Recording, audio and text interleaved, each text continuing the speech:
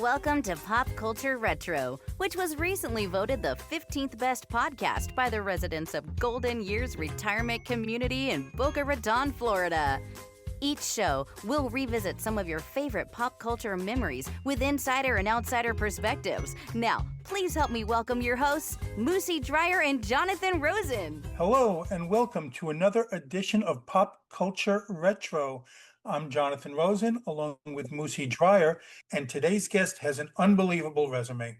Being president of production at Parkchester Pictures, where he oversaw such films as Hamburger Hill and 8 Men Out.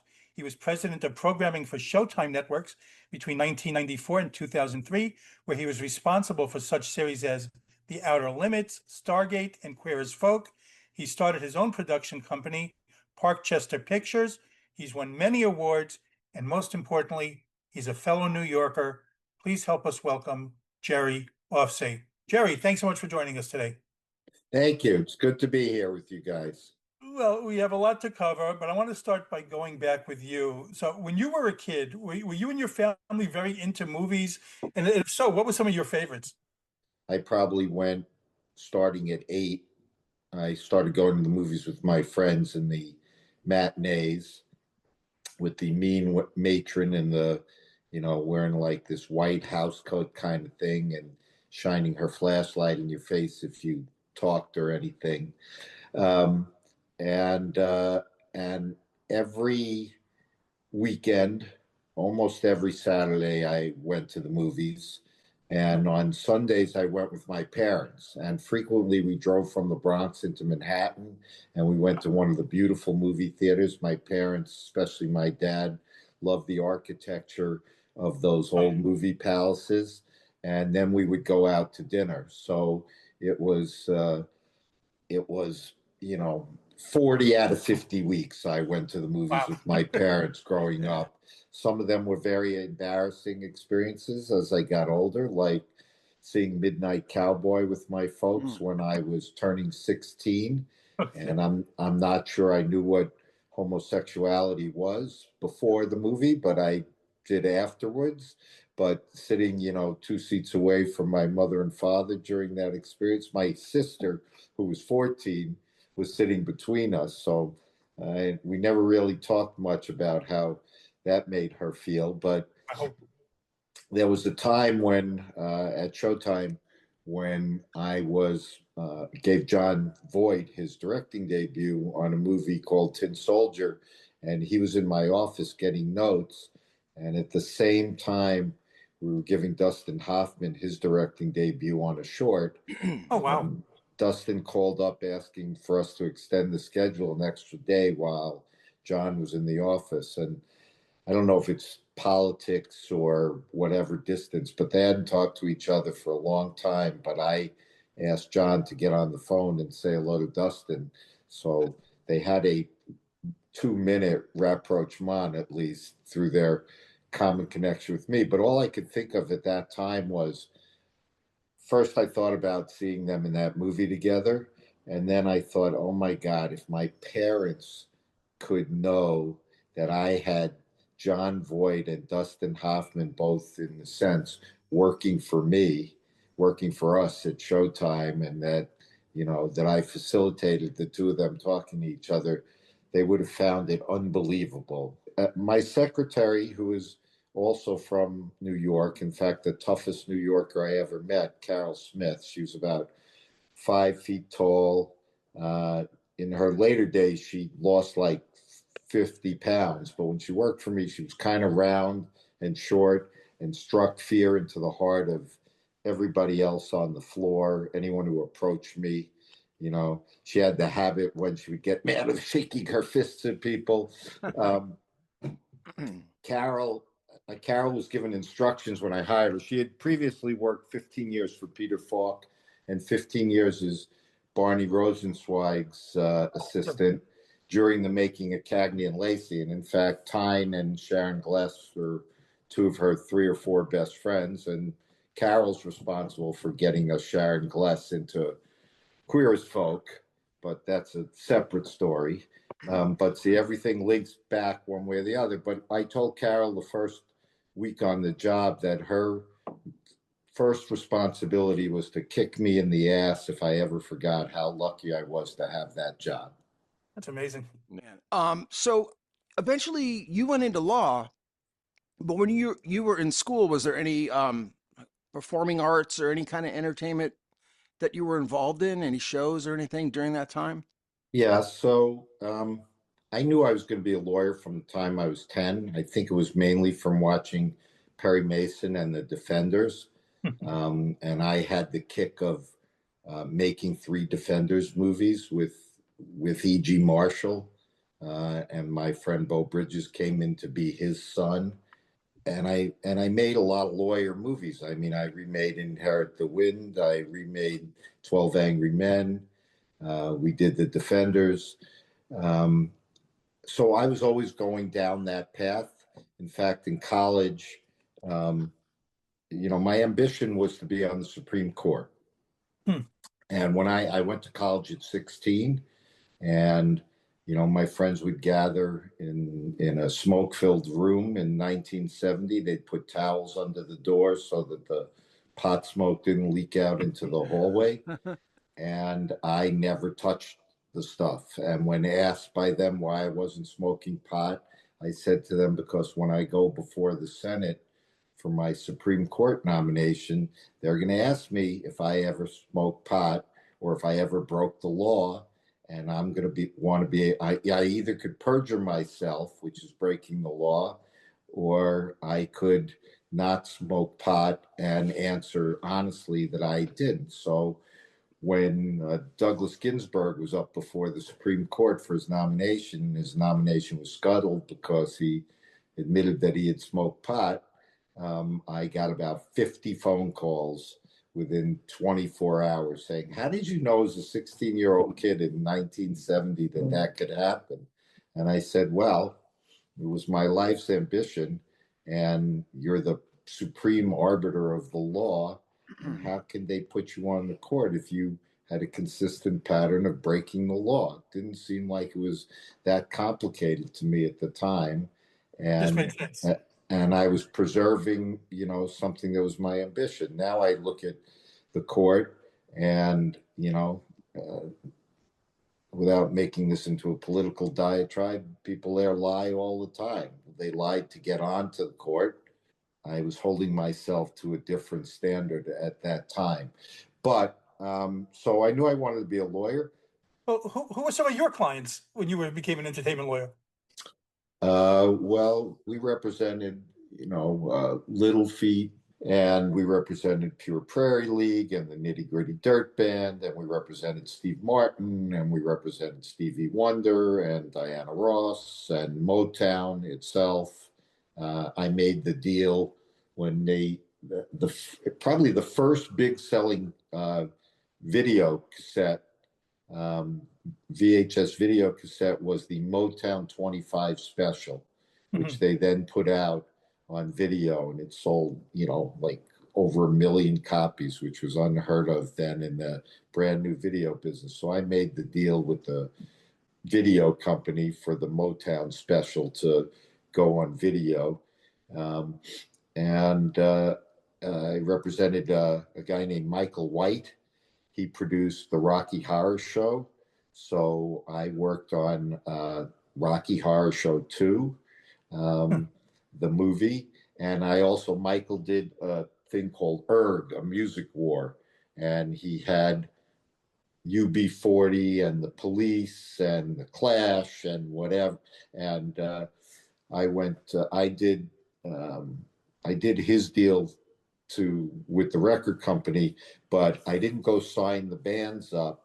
I was supposed to go to the Isle of Wight, but for that concert there, but I did go to the Roxy here in LA and sign up the bands before they could go on stage.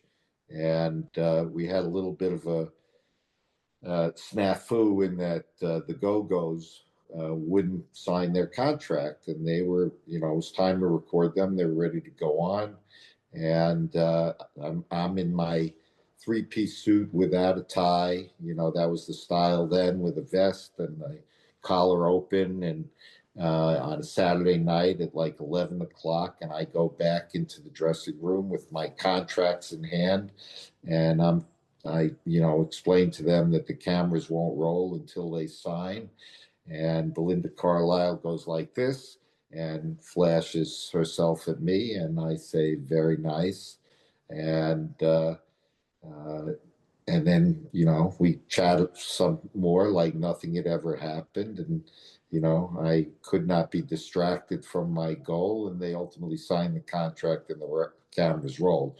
We represented Van Halen for about a year and a half, and that was a crazy experience. I don't think I'm supposed to talk about things that happen with the clients, because I'm an inactive member of the bar, but you can be disbarred for telling stories about the clients. But we represented John Wayne, and I had one fun phone call with him where I was arranging for him to go to the Tonight Show, which was like a 400, like they pay a standard after minimum for you to be a guest on the show. But he called and wanted to make sure that I had the limo arrangements right, and they would have his favorite liquor in the back seat of the limo. When the phone rings at 8 o'clock in the morning, and you hear John Wayne's voice, and you're 24, you think somebody's pranking you. But it was really him. And ultimately, he didn't feel well, and he didn't go, and he died like 6 months later. But it's my one conversation with him. Wow. Was pretty fun. I like being an entertainment lawyer. I had a fast rise in the business.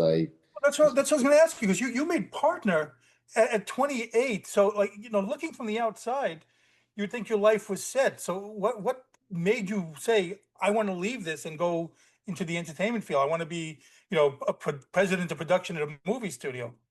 So I was putting the pieces of these deals together and the financing together of these movies, and it would be complicated. It would take months, and then we would do the actors' contracts and the director's contract, and then the camera would roll, and we didn't do anything until it was time to like review the end credits or something. But the movie was getting made, and I had nothing to do with it. Right. And I would read the script. Most lawyers I knew never read the script. I'd be in a meeting negotiating a deal, and I'd say something about, well, there's not enough money in this budget for all the actors that they're going to want of name value if we were doing a co-production with somebody. And the other people didn't know what I was talking about because they never read the script. But to me, it was all about the movie, not about the deal, even though I was good at doing the deals. And when RKO was my client, I had helped them put together deals for, the movie Plenty with Meryl Streep, and Half Moon Street with Sigourney Weaver and Michael Caine. And they were looking for somebody, a creative guy, to be the president of RKO. My client, Mark Seiler, was in that job, but he was going to move up to be chairman of RKO, and he would bring in a president of production. And they went out to all these creative guys, but their structure was that they were only going to put $2.5 million a picture into the films, and the rest of it would have to be raised by selling the foreign, selling the video, making a deal with the studio for the rest, getting some equity investors or tax shelter investors into it. And when that was explained to people who were, highly qualified creative execs, that they could decide they liked the movie, but then that was only the first step. They couldn't get it done until the money was figured out by somebody else. They all said, well, what if that money isn't raised? So, well, then you'll have to go back and tell the producers and the director you're not making the movie. And it turned out no qualified creative exec in Hollywood wanted that job. So the only person that wanted that job, and I was offered the job to come in and put the money together for them. And I said, if I'm leaving my lifetime tenured job at a law firm to basically do what I do there, but for 10 clients instead of for one, I'm not coming. But if I get to be, one of the two people who picks which movies get made, along with Mark Seiler, then I'll leave. And that's what happened. And, and within 3 weeks of my starting, we decided that we were going to make Hamburger Hill. What needs to be on your short list for about a script to greenlight it? What was that process like for you? So I was on my way to New York, and Mark had gotten Hamburger Hill from either Marcia Nassiter, the producer, or Jim Karabatsos, the writer. And he said, you have to read this on the plane. I had a pile of things to read. As I said, I'd, been on the job like 3 weeks. And I read the script on the plane, and it moved me in such a way that I said, everybody needs to see this story. This is a story that nobody's ever seen before. It's done from the perspective of these guys crawling up this hill after we've bonded with this group. It's moving, it's tragic, it's an epic battle. So I get off the plane and I see Mark, and he says to me, "Come on, we're going downtown." And I said, "Where are we going?" He says, "We're going to the Brooklyn Bridge." And I said, "What?" And he goes, "Yeah, today's the day that it's the 10th anniversary of the end of the war. And they're having a celebration to honor the vets. And they're going to come marching out of Brooklyn into Manhattan." We stood there and we watched people cheering these people that they had spit on and had derision for during the time of the war. We watched them. At the time, I think they said it was the biggest parade that New York ever had. People turned out like crazy for this. The next day, Time and Newsweek came out and went down to, we were told that the parade was on the cover of them. All the newsstands were sold out. We walked like 12 blocks to find the newsstand that had a copy of one of those magazines, so that we could have it. So in that moment of seeing the parade, Mark and I decided that the time was right to do a Vietnam movie, that the country was, that it wasn't a negative to do a Vietnam movie. It would be a positive, that the attitude of, let's celebrate these people and what they tried to do for us, ostensibly for us, needed to be celebrated. So we started out to do that. And we read Platoon at the time, we turned it down. Oh, well. Because it wasn't a celebration of the soldiers. It was a completely different thing. I mean, we met with, and in some ways you say, well, maybe that was the biggest mistake of my career, because that movie went on to be gigantic. We had Mark had worked with the people at Hemdale that financed Platoon. I had sued the people at Hemdale several times as a lawyer, so I knew them as well. We read it. We met with them. We decided, and they would have been the piece that would have finished the financing puzzle. Our money and their money would have financed the movie. And we said, no, that's not the story that we want to tell. Unfortunately, it took us another year and a half to put the money together. And in that time, they got their money together and they beat us to the marketplace. They did 150 million, and Full Metal Jacket did 50 million because they beat us to the marketplace too. And we did. Stanley Kubrick was one of our clients at Loeb and Loeb as well. And in fact, my partner Louis Blau, who's one of my great mentors and influences, he had the classiest clientele of any lawyer. He represented Toffler and Truffaut and Kubrick, and and Walter Matthau, and he was just the gentleman's gentleman, and he taught me so much about how you deal with people and how you make a deal and how you make sure that you walk away from the table, that the people are always going to want to come back and do the next thing with you. And be generous if you've got the upper hand, because sometime you're going to not have the upper hand, and you'll want people to know that you're the guy who would be generous with them. If things were reversed, then maybe they'll be generous with you. But Stanley, I knew Stanley was, trying to make a Vietnam movie, and one of the big things when Paramount picked up Hamburger Hill from us was to rush and finish the movie and get it out before Stanley's movie came out, because Frank Mancuso, who was then chairman of Paramount and who was a client, and who, with another of my mentors, Ken Suttleson, we negotiated Frank's deal to be chairman of Paramount. I had made a first look deal for all of my movies with Paramount when I got to RKO, and they turned Hamburger Hill down. They didn't believe that it was the time to do a Vietnam movie. But when we showed up at the end of 1986 with the rough cut and said, you don't have any rights left to this first look at this cut of this movie, we got to finance without you, but because we're in business with you, we're going to show it to you first. And they immediately said in the room that they wanted it, and they had their deal maker drive over to the screening room, and we made the deal in the room. Frank said, Platoon's going to do $150 million. Whatever is second will do 50 to 60 million, and whatever's third's going to do 15 to 20. And that's why he was chairman of Paramount, because he knew the marketplace, and he was 100% right. He was right on the mark there. Wow.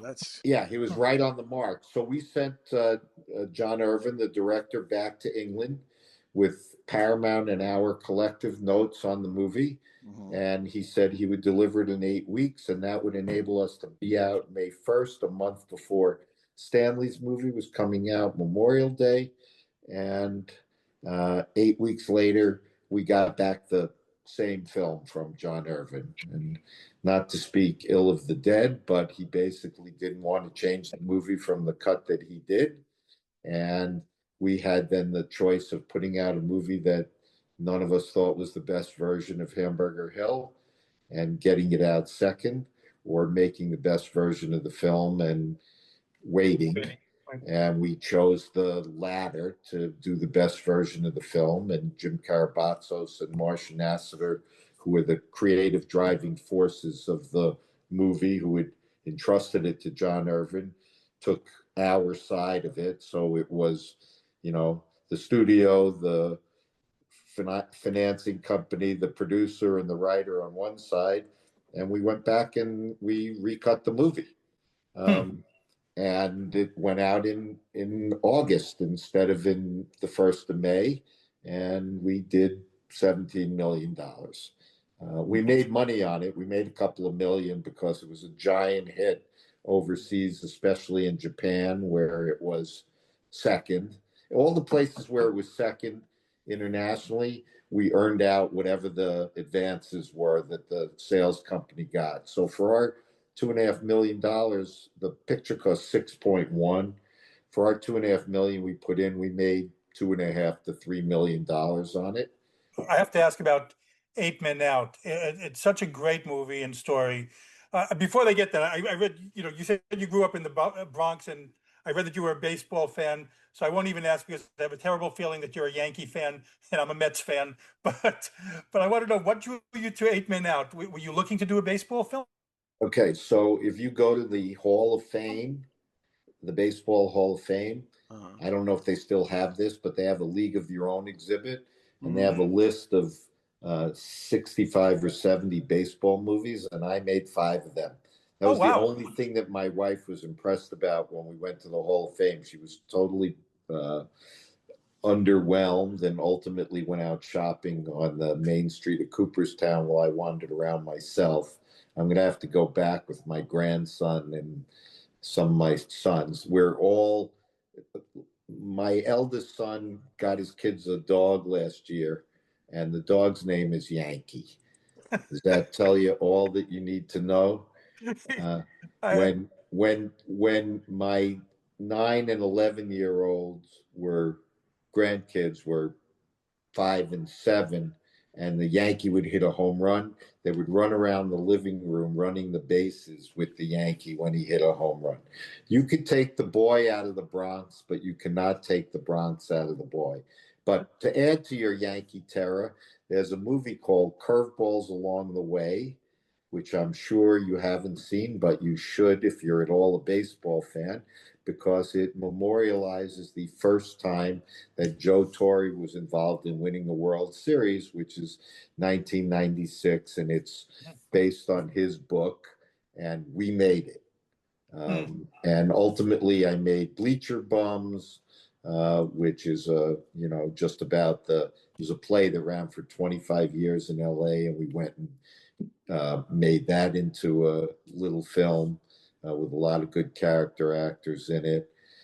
And I made kids baseball movies. I made one about that centers around the Negro League Hall of Fame and a missing black baseball player with Ozzie Davis and Ruby Dee as the grandparents of this kid whose best friend, has decided that grandpa is that missing player, but he's the janitor in the school. It's based on an award-winning novel. But yes, I love baseball. I've always loved baseball. I was attracted to 8 Men Out because it was a baseball movie. I was attracted to it because I knew that, Black Sox story very, very well. What does a producer do? Comes up a lot. When a producer shows up on the set, everyone's like, oh, well, everyone's on their best behavior or whatever. But no one sees their work. Like no one sees them do any heavy lifting, So it's always been a tough definition, like exactly what a producer does. It's funny, I just answered this question I served as an expert witness in a case, I guess, that I could say because it was in the LA Times. So the producer, to me, the producer is the guy who is there there's two kinds of producers, even with that title. So there's the line producer. Yeah. That person shows up half hour before the trucks are supposed to arrive in the morning, and he's the last person to leave at night.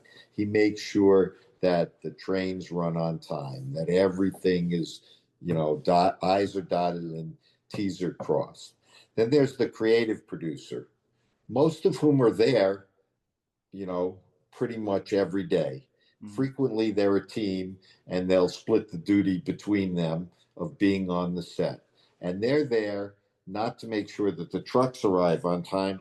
They're there to make sure that the director is not changing the script, not changing any lines, not cutting something, deciding, no, I'm not going to shoot that because I think that I'm going to cut it out at the end of the movie, and he'll leave everybody with no choice by just skipping over that portion of the script. They're there to preserve the creative integrity of the movie.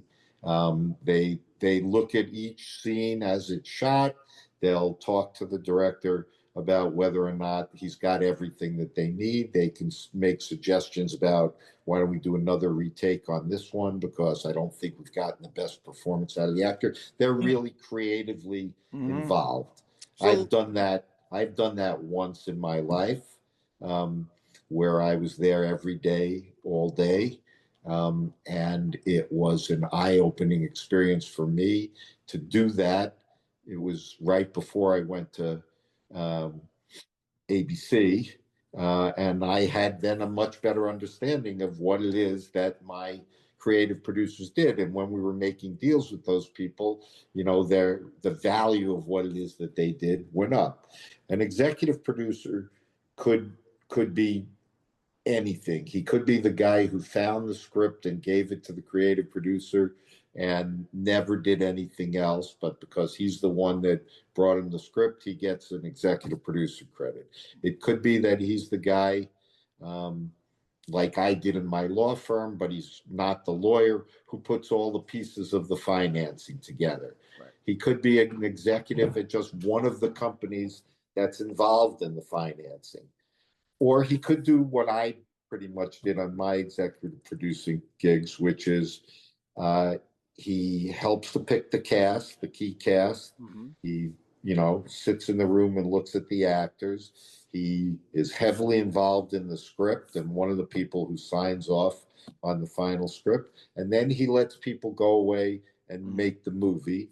But he'll look at the dailies on an up-to-date basis, and he'll say, maybe when we're back in that set again, you could try and, do another take of that. So he's involved there. And then he's heavily involved in the editing of the final cut and in the music. So he's in his office doing something else most of the time. But he has impact on what it is that you see, both in terms of what the script is and what the final edited product is.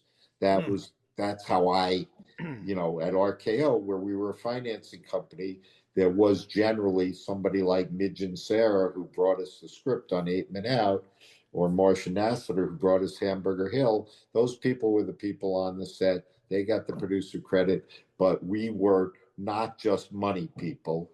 We were heavily involved in up until the shooting, and we were heavily involved in the editing and in the distribution. We were the people who worked with the distributors and looked at the campaign, and we let the creative talent come along, but those were our relationships with the distributors. And so it means many, many different things. Yeah. Well, I think therein lies the cloudiness. Everyone's got a different definition of a producer, like you were just saying, like this person may be the guy who does this, and this woman may just be watching dailies and whatever, but they're all, producers. But the line producer makes sure there's no surprise budget, dents. And then the creative producer's making sure, hey, we're still making the same movie. We all agree. Correct. Yeah. That's a good way to encapsulate my long-winded explanation No, it's of it. not long-winded. I tend to be long-winded. By the way, we're now up to 1986. So we got to wait. I have done a few things in the ensuing 40 years, but but Okay, there's a lot, I sit around thinking about, writing a book that would be my 50 years in Hollywood that would, I have until 2027 to actually do that and find somebody who'd be interested. But there's a lot that went on during that time. And when you make 300. When you're ready for that, Jerry, I'll talk to you. I'll give you the inside and outside of the publishing business for that. So. Okay. So after you left ABC, you went on to become the president of programming at Showtime. How did that come about for you? Well, it was a headhunter, Bill Simon at Corn Ferry. The year before, I had gone down the road with him on another job opportunity, and it got narrowed down to 30 people and to 2 people, and I was one of the finalists, and he had to be the one to tell me that I wasn't getting that job. And the ABC job was an amazing, amazing 4 years for me. And it prepared me for the Showtime job. And why I say it was an amazing 4 years, when I got to ABC, I'd been through a year and a half of doing the management buyout, and then 2 years of frustration of not being able to get the company recapitalized. So having gone off in the first year and said, we're going to make 8 Men Out, we're going to make Hamburger Hill, and getting, these couple of comedies that didn't succeed, but getting Paramount to actually do 2, little comedies with us. I was a hotshot at 31, but as Brandon Stoddard, my mentor at ABC, the greatest creative person I ever been in a room with before or since, said to me when, 6 months after I started working with him as the number 2 at ABC Productions to Brandon, he said to me, we like picked you up off the scrap heap. You were like exhausted. You had been battling for 3.5 years without getting another movie greenlit. I did get Narrow Margin made during that period of time, but with Gene Hackman and Ann Archer. But, he said you were 36 and exhausted. You used to be a fair-haired boy, and now life has kicked you around for all these years. And so I actually got 2 PhDs in the television business in the 4 years at ABC. I got one in the creative from spending every day talking to Brandon Stoddard about scripts. And, the most intimidating interview that I ever did, and I interviewed at 30 different law firms to get the job at Loeb and Loeb. The most intimidating interview I ever did was with Brandon, because you walked into his office and basically Brandon created the miniseries. So on the corner of his desk, the first thing that you see is Roots. And then you see Winds of War and War and Remembrance and the Thornbirds and and it's like every miniseries you've ever heard of is there, and he did them. I'm thinking, okay, I've gotten 8 Men Out and Hamburger Hill done, but I'm not even a fly speck on his creative resume. And but Brandon didn't want to ever be involved in the business side. And I was really, as Ken Ziffern, who is, turned 85 recently, but at that time was 50 and was the most powerful lawyer in the entertainment business. And he represented Brandon, and he represented the other Brandon Tartikoff, and most of the big showrunners in television.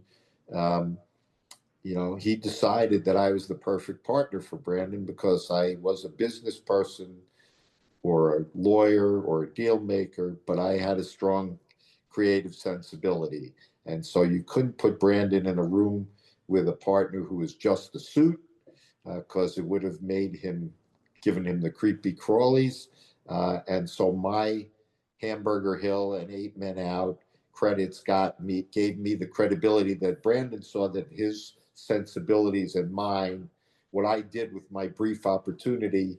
I also did a movie called The Light Horseman, which I'm very, very proud of. If you ever have 2 hours on a day, it's Hamburger Hill on horses. I mean, we really did the same movie twice about a group of 4 guys going into battle, and it's courage and cowardice. And Simon Windsor directed it, and I think it's a movie that I wish more people had seen.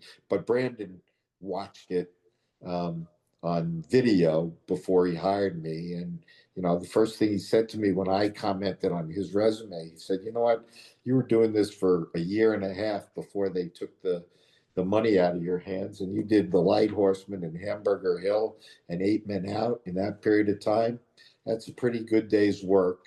And Kenny tells me you know how to put the deals together, and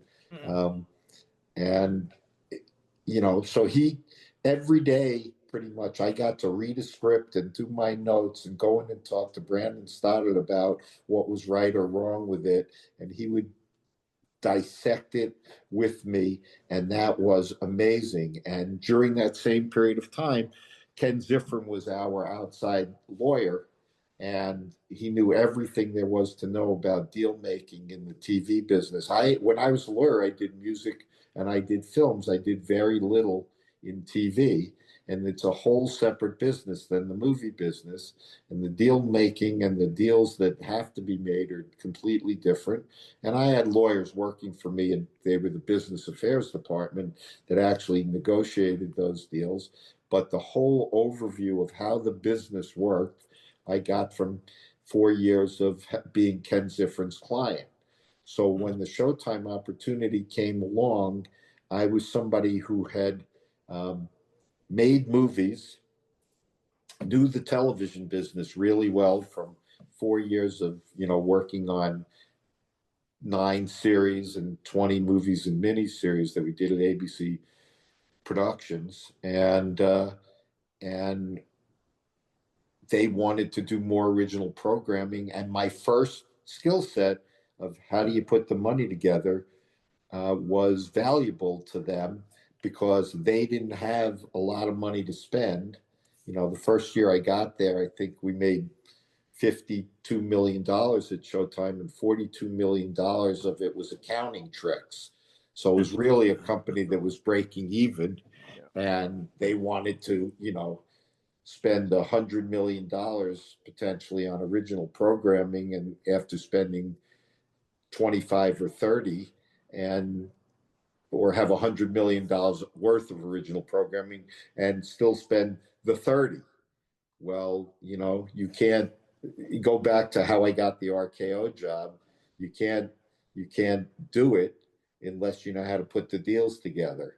And so I was a perfect candidate for that job because now I had the creative background, but I also still had those financial skill set and that deal making skill set to figure out where the money was going to come from. And at Showtime, we made $3.5 billion worth of product in my 10 years, and Wow. we only $1.25 billion of it, $1.3 billion.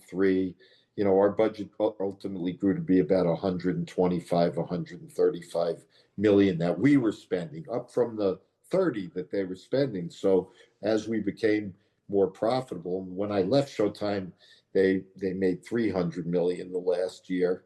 Wow. That I was there. They went on to make $1 billion. You know, Matt Blank, the chairman of Showtime, you know, did a fabulous job of growing the company and growing the bottom line. And, you know, it's hard when I look at my Paramount stock now, it's hard to believe how much value was crushed because when Matt was leaving Showtime, I think Viacom, CBS, they've changed the structure so many times I can't remember. But that was, you know, they had offers for $9 billion for Showtime alone. Wow. And now the whole company is worth less than Showtime was worth back 5-6 years ago. And they owe a lot of that to you. I mean, you were there. Yeah. You know. Well, you know, they did a fabulous job. My buddy Gary Levine, who I hired who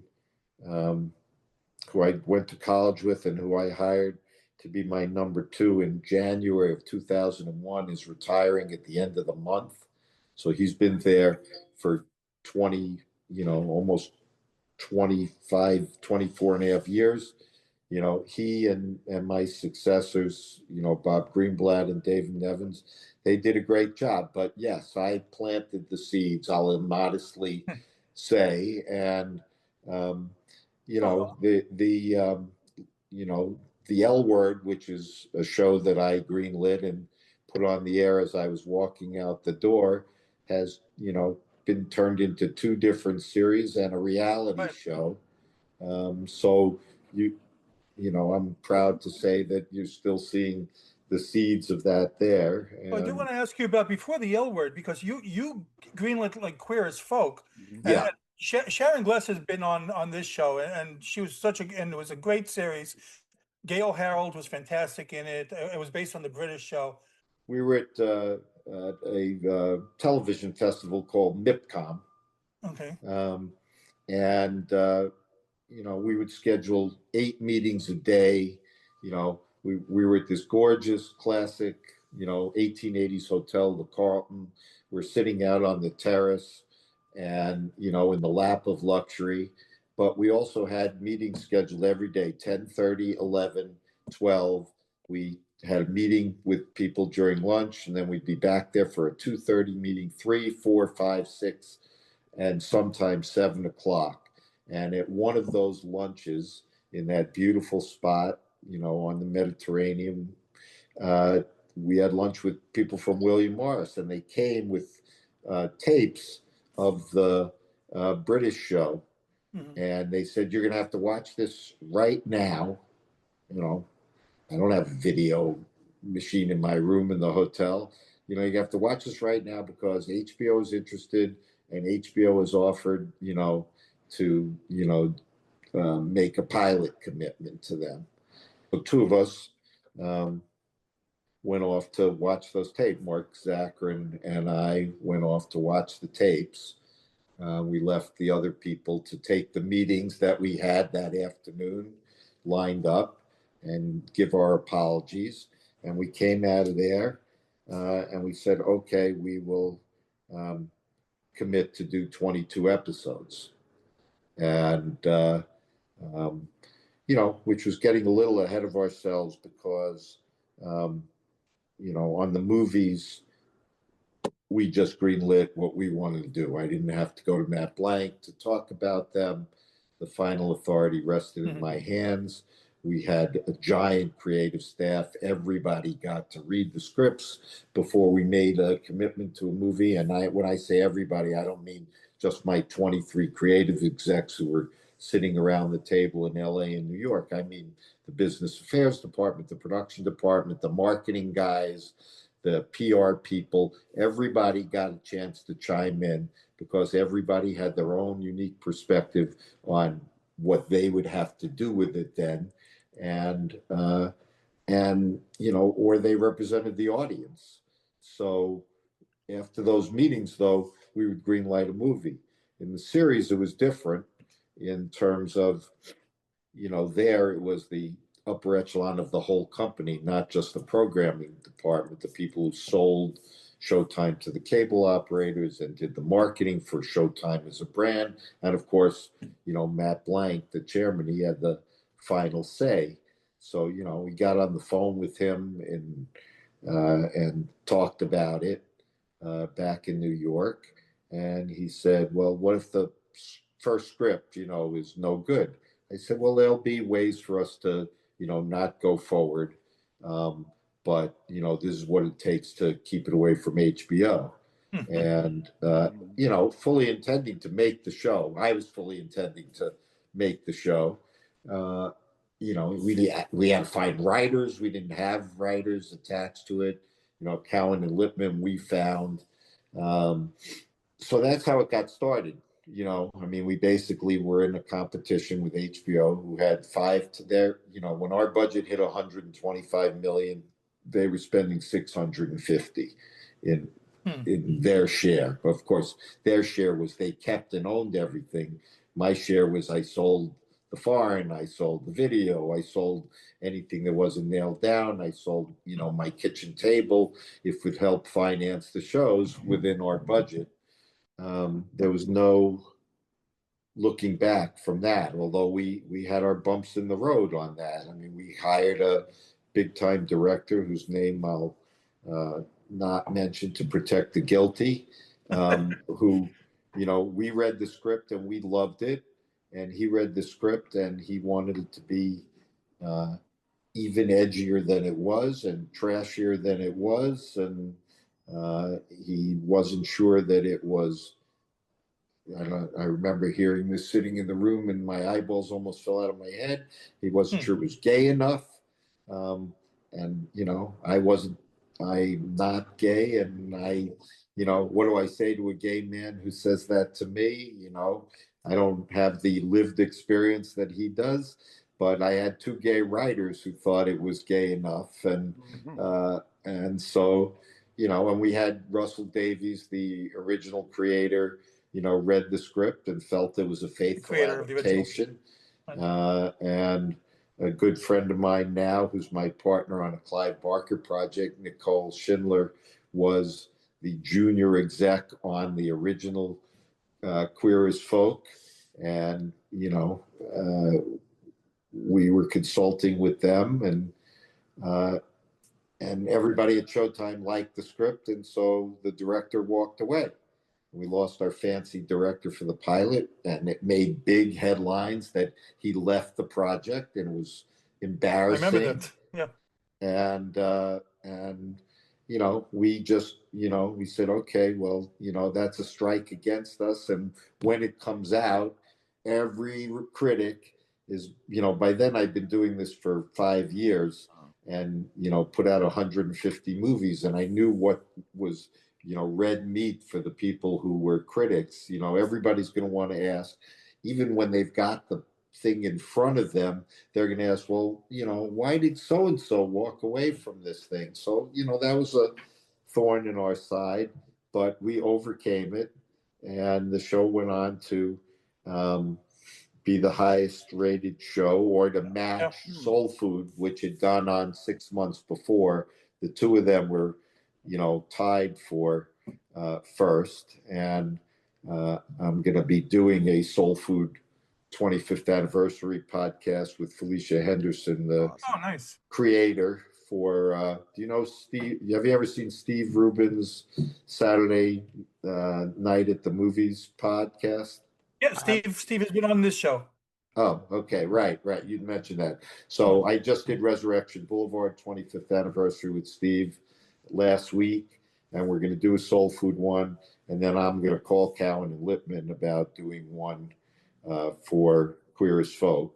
Queer as Folk and Soul Food and Resurrection Boulevard all delivered for us in different ways. Resurrection didn't do as well audience-wise as the other two did. Obviously, the our African American, Black audience grew when we had Soul Food on the air.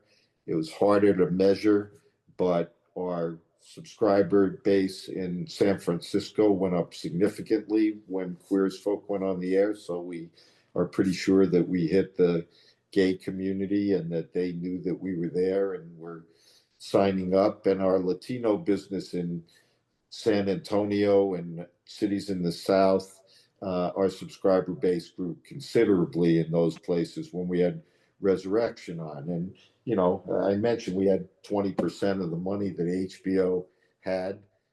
So one of the things that, our strategy was hit them where they ain't, which is a baseball phrase that a baseball fan like you would know. But I couldn't succeed by doing the same stuff that everybody else was doing. We had to do something different. And by doing something different and serving these underserved audiences, we got to do something that was really good for the network and also really good for our souls, because we got letters, not by the hundreds or the thousands, but in the tens of thousands on each of those shows that, and some of them, Queer as Folk, they were 90-10. 10% of the people wanted to know how I could put this depravity on television, and I was going to rot in hell. And they had a couple of demonstrators outside at Wilshire and Westwood, where the office was, that said I was going to burn in hell. We actually put a security guard for 3 months after Queer as Folk went. Instead of the regular receptionist, there was like a guy who was a security guard checking people in, because people had threatened to come find me in the office. And we had, similar things when I put Lolita on and when we put Bastard Out of Carolina on. And, we were the No Limits Network. That was, we spent a year in a room with McKinsey, with Bob Backish, who went on to be the chairman of all of Viacom. He was our consultant on the No Limits branding. And we put on programming that lived up to the label. And, and No Limits expressed itself in different ways. Doing a Hispanic family drama or a Black family drama was something that no network would do, because they assumed the audience was not going to come watch these people. And we assumed that our audience was going to grow because it was just a family drama. It was the same as every other family drama on TV that had worked for, 50 years in the television business, except it was just one little bit different. It was a Black family or a Hispanic family. And guess what? You'd never seen that before. And aren't you just a bit curious to see if their family works the same way as yours, or is it different? And how is it different? And, the Black family is going to have a conversation with their kid about driving while Black. That's not going to happen in the white family, but it's culturally, it's interesting to know but the Sure. dynamic otherwise between them. Now, why did they have that conversation? Because they loved their kid and they wanted to keep him out of trouble and they wanted him to, you know, have a bright future instead of end up, dead on the street because he talked back to a cop. Yeah. Uh, Yeah. the, you That's know, interesting. And they shouldn't have to have that conversation, but that's just the reality that yes, that's families the do. reality. And When Felicia said we want to do that episode, do you know what, driving all black is? I mean, I did, but a lot of other people, didn't. And, yeah, it was an immediate yes. That was an important episode to do. And there yeah, were other things where culturally, they illustrated the differences that were important to do. But most of the time, you know, all the time, the relationships between the people are the same. And that was what was attractive about that. And in Queer as Folk, those friends were a family, and their relationships was the same as you and your I group want of to ask you before friends, we let you go. Yeah, except that they were gay and they were yeah. looking, at guys to go home with instead of girls to go home with. And but they also were very different because of that. And that's what made the show, to me, as the person who said yes to those three shows, that's what made them interesting. And that's what made the L Word interesting. You know, I and mean, great actors too in there. Yeah. yeah, I mean, I spent a fair number of days on the set of the L Word. And the last day on my job at Showtime, we were reshooting the L Word pilot down at the beach in Venice. And instead of being in my office with my team, I went down and spent it with the ensemble cast there. And we'd made a pilot a year before, so they knew me. And we'd done a lot of PR with them that we were ordering the show. And that's where I chose to spend my last day because greenlighting that show was something that I was really proud of. And it was going to have, and I knew that thousands of letters were going to come in and say, your show helped me to come out to my parents. Your show made me see other people like me, made me feel that I wasn't alone. I don't know if we prevented people from committing suicide with Queer as Folk and the L Word, but they wrote us letters saying that we did. And um, and that's I hope that there was nothing about those shows that said, oh, we're very self-important because we're delving into things that nobody had seen before. The aim was just to, I mean, it started, we did a show called Links in my early days. And that's where my Pam Grier was in it. That's where my relationship with her started, so that I was able to call Pam up and say, we're doing the L Word, and do you want to come play Jennifer Beals, estranged sister? But Links, when they brought us, that was a show set in a Washington bar, and it was, high end people, consultants on politics in Washington D.C. But a black owner and and the waitress and the regular customers, and there's only one white guy in the series. And we actually use as part of the ad campaign. Don't you want to know how black people talk when you're not in the room? And is it the same, or is it different? And and there's a curiosity factor, and they do talk to Yeah. each other differently if a white guy is not in the room. And I've been the only white guy in that room, and um, Yeah, and you so brought so much awareness. That's what I was going to say. Between the L Word and, well, just the shows that you chose are very honorable. They're not just these toxic shows. They're people are oh, why am I hung up about skin color? We're all the same. We're all human. And then the sexuality thing. People. This is horrible. People disown their kids when they come out and become gay for some reason. 100%. Yeah, and It's and it's heartbreaking. But so you really So I mean some that important things. that Yeah. was a major feature in both the L Word and Queer as Folk. There's no way to do those shows without, dealing with the different kinds of parents' reception. Yeah. The Sharon Gless character was clearly the mother who, she became the mother to the whole group because some of them had estranged themselves from their parents, and she was the epitome of what you would have wanted in the accepting parent and the celebrate. Nothing was going to separate her from her child. Her child was the most important thing in the world to her.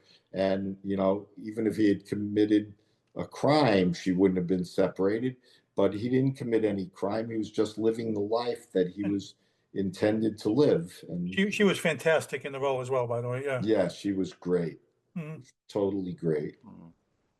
So, It's amazing because we had that cast that turned out to be amazing, but I remember having to make the phone calls to the head of every talent agency in LA and say, none of your people or none of your agents are being helpful in suggesting people for Queer as Folk. I mean, we wanted to pay extra to get some people who were known in the cast as a way to, get people interested in the show, not just because of the sexuality issue or the social issue or the fact that it was the first show to feature a group of gay friends. We knew the value of celebrity in launching anything. And ultimately, Sharon gave us some of that celebrity and credibility because she's a first-class actress.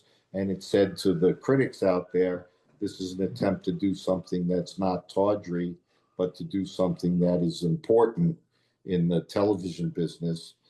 But we never, all the people that we were interested in seeing, and we're not talking about big stars, but we're talking about people who had been in television series, who were known capacities, who had, people would, had been second and third leads in series. Not a single person showed up, not one from any agency, because they were afraid to have their clients tarred with the brush of, are they gay? Maybe they're gay, are they just acting? And, will it cost them down the road? And, so we went with, the best actors that we saw. We read tons of people for each role. And at the end of the day, it's hard to think that anybody could have done those roles better than the people that we got. Jerry, I want to ask you about, before we let you go, I want to ask you about your company now, Parkchester Pictures. So can you tell us about Parkchester? What kind of movies you produce? Parkchester has been, I did it actively for 6 years, from 03 to 09. And in that period of time, I sold 30 pilots scripts to 13 different networks, and I made 7 pilots. So with somebody without a budget, I was hugely successful. Or I'm the single worst executive producer in the history of the television business because I got how many series did you get on the air between 2003 and 2009? The hottest thing that's happening at Parkchester Pictures right now is that Felicia Henderson, the original creator of the Soul Food series, and George Tillman, the writer director of the movie, and I, let's see, it would be about a year and a half ago, we pitched it to various buyers and we sold it to Netflix to redo the series with additional characters that weren't in the original, that George signed off on, that Felicia created with, some ideas from me. But, she's the writer. But, that in the series, the 3 girls, their mother had died. In the movie, there's no sort of elder statesman figure holding the family together. In this version, their mother would be alive, their grandmother would be alive, their mother would have an aunt who's very active in their lives. And so it would be 3 generations of Black women, not just the 3 sisters. It's a broader canvas. it involves a lot of things that, Felicia and I and George were passionate about, expanding the storytelling, and Netflix people flipped for it. And then we sat there for a year and watched Fox, which is part of the Disney family, the studio, negotiate with Netflix. They finally agreed on a budget after about 9 months. They couldn't agree on what fee was going to get paid by Netflix to Fox Disney, because Netflix wanted to pay less than before, or maybe they didn't. Who knows? I don't know the deal making elements between them, but right now we're in limbo because they weren't able to close the deal. So, I got to say, all that waiting around and all the blood and sweat that's put into things, everything you've done and you're still doing is not for the weak. Not everyone is cut out to be yeah, a producer. I mean, my goodness, I've always known that, but just hearing you say it. if you want to just go a little further back on that, in 2019 is when Felicia and I spent a few hours over a few lunches to come up with the idea of expanding the show. Spring of 2019. I had just had 2 surgeries, and I had decided that I could either sit home and bemoan the sorry state of my health, or I could try and get active again. So I called up Felicia and 4 other writers, Dennis Leone, who did Resurrection, and a guy named Richard Matheson, who I done a few pilots with, and whose father is a famous sci-fi guy. And Richard is an accomplished sci-fi guy himself. And I said, you know what? I don't want to talk to doctors anymore. I want to talk to writers and talk about telling stories. So Felicia and I got together. We had lunch.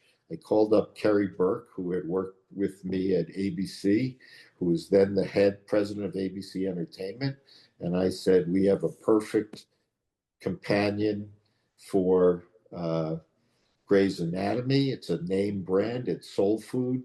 And I pretty much told her to take over lunch at the Smokehouse in Burbank. And she said, great. We opened for pitches the 1st of July.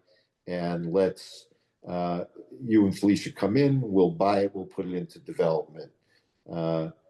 So we set the meeting for July 3rd. And on the 1st of July, I got a call from Felicia's manager, who said, sorry, Jerry, the studio has canceled the meeting. And I said, what? Why? And they said, well, they don't own the rights. Fox doesn't own the rights to make a new series out of soul food. I said, who does? They said, Showtime. I said, you know what? I personally negotiated the deal with Bill Mechanic, who was the chairman of Fox Pictures and whose wife worked for me, to get the rights to soul food. And I got the rights to make a soul food series, and all other rights are owned by Fox. And I went on to say, I've just done 2 cases in expert witness for Fox. So if they actually wanted an expert opinion on who owns this, they would probably call me. So a few months later, we were able to talk to, so the meeting got canceled. A few months later, they assembled legal and business affairs people at Fox. I told them the same story. I read to them from the contract. They were very concerned that I had a copy of the Fox Showtime contract. How'd you get that? I said, well, the business affairs person who worked for me for 10 years gave me a copy of the contract that she negotiated. I asked her who she thought owned the rights. She said, well, I didn't get the rights for anything except for 1 series. And then she read, I read them the clause that said, Showtime shall have the rights to make a series based on the soul food. And 8 months later, they called up and agreed with us. By that time, Kerry was no longer the head of ABC Entertainment. She was the head of Fox Studios, and which was good because that's who would be the studio on soul food. And, she was in the trenches with us trying to get the show done. But then came COVID, then came the writer's strike, and it took until almost 5 years later. I'll just say one thing. I'll give the last word if we're wrapping up to my old colleague, Barbara Boyle, who I mentioned before as one of the legendary women in the movie business. Barbara said to somebody who's interviewing for a job with us when we were working together at RKO, and I've said it to many people before, if you want to succeed in Hollywood, you have to be able to crawl across broken glass on your hands and knees wearing short pants. And if you don't have the passion to do that, do something else. Do something else. And that's, I think that's probably why I've accomplished as little as I have Not at all. Not at all. no, at Parkchester, because I had gotten a lot done before then. And I don't, I spend 5 hours a week on this instead of 75 hours a week on it. If I spent 75 hours a week on it, I would have gotten more done. Well, your insight and your time that you've given us is really appreciated. It's fascinating. I know we went well over your hour. No, sorry, Jerry, I want to thank you. Seriously, I want to thank you for coming on. It's been such a treat getting to hear all your stories, and such a pleasure getting to hear it. And really gracious of you. Well, thanks for having me. Thanks for letting me ramble on. If you ever need somebody to bore people for another hour or two, call me back, because we haven't even touched the tip of the iceberg. Yeah, I know. Please, Yes, do come back. definitely love to have you back. Yes. You don't have the Diana Ross making me lunch and a cheese sandwich. Oh, so that's what we'll have. Bungalow. You're coming. That's for the sequel. You're coming back whether you like it or not. Okay. Well, all right. Thanks, guys. Hold on. I'll sign us out, and then we'll let you. So again, this has been another edition of Pop Culture Retro. I'm Jonathan Rosen with Moosie Drier. And again, a very special thanks to Jerry Offsay. And please like, comment, and subscribe. Thank you for tuning in to Pop Culture Retro, where no one was hurt during the making of this podcast. Listening to this podcast just makes you really cool.